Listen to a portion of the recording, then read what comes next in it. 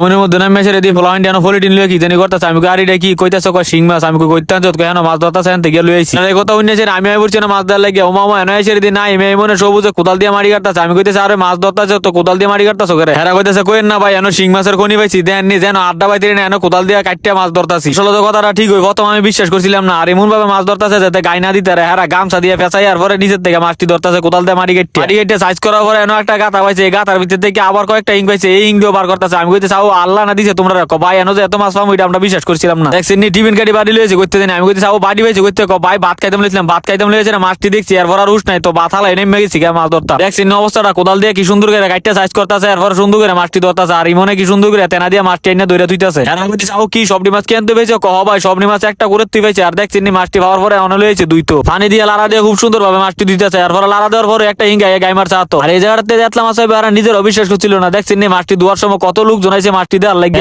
শিং মাছের সাইজ গুলো অনেক বড় বড় আর দেখছেন নি দুয়ার পরে কত সুন্দর লাগতাছে শিং মাছের সাইজ গুলা।